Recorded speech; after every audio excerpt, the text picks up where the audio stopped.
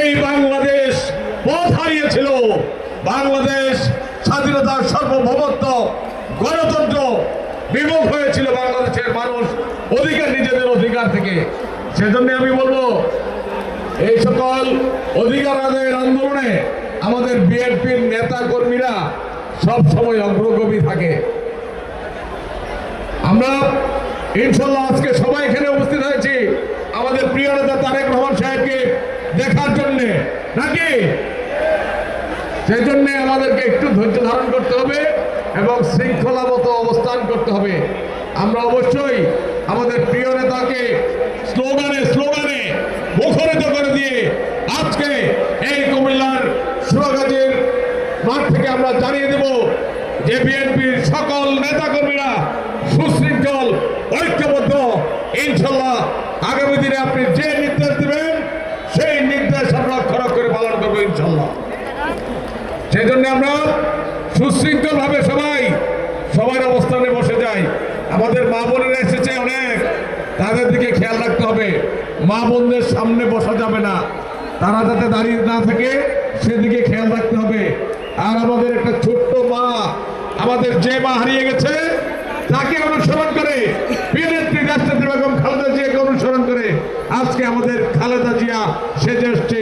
আমরা এই মঞ্চ থেকে তাকে অভিনন্দন জানাই, শুভেচ্ছা জানাই, মোবারকবাদ জানাই।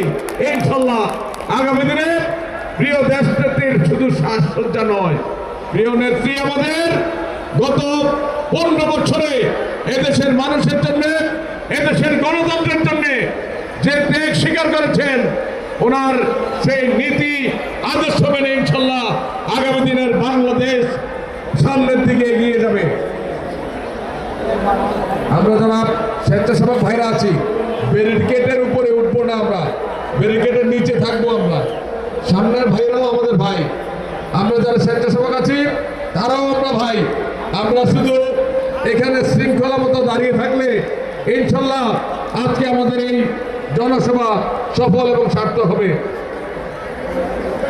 সম্মানিত উপস্থিতি, আমাদের প্রিয় নেতা কুমিল্লা লাকসাম মনোহরগঞ্জ থেকে বাংলাদেশ জাতীয়তাবাদী দলের মনোনীত ধানের শীর্ষের প্রার্থী কেন্দ্রীয় বিএনপির শিল্প বিষয়ক সম্পাদক জননেতা আবুল কালাম সাহেব ওনার এলাকার এবং এই কুমিল্লাবাসীর উদ্দেশ্যে কিছু কথা বলবেন।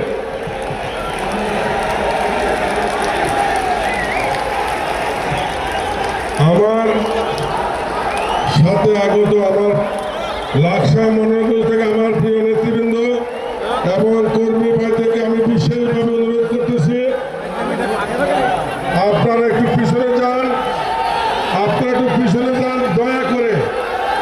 অনুষ্ঠানের সৌন্দর্য বর্ধনে আমাদের